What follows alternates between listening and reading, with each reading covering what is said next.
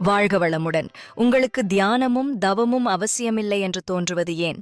இந்த கேள்வி குறித்து பதில் யோசித்தால் உங்களுக்கு மட்டுமல்ல, எங்களுக்கும் தியானமும் தவமும் அவசியமில்லை என்றுதான் தோன்றியது.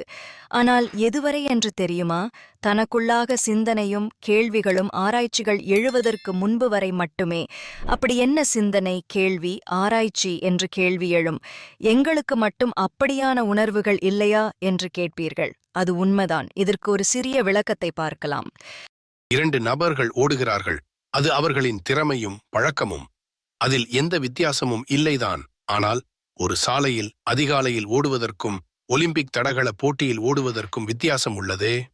அதுபோலவே தனக்குள் எழும் சிந்தனை, கேள்வி, ஆராய்ச்சி ஆகியன தன்னை குறித்தும், இறை என்பது குறித்தும், மனம் என்றால் என்ன என்றும், உயிர் என்பது என்ன, பிறப்பு ஏன் நிகழ்ந்தது, இறப்பு ஏன் நிகழ்கிறது, இடைப்பட்ட வாழ்க்கையின் அர்த்தம் என்ன, பிறந்து வாழ்வதிலே நோக்கம் உள்ளதா, வாழ்வு திசை மாறுவது ஏன், ஒரே இன்பமாக நிலைக்காமல் உள்ளதே, துன்பமும் கவலையும் வருத்தமும் ஏன், அதை ஏன் உடனடியாக தீர்க்க முடியவில்லை, உடலுக்கும் ஏன் வலி நோய் வருகிறது, அதையும் ஏன் உடனே குணமாக்க முடியவில்லை, வாலிபத்தில் இருக்கும் வேகம் வயதானால் சோர்ந்து போவது ஏன், உடலும் உடல் உறுப்பும் தளர்ந்து போவது ஏன், வாழ்நாள் முழுதும் ஒரே மாதிரி வைத்துக்கொள்ள முடியாதா?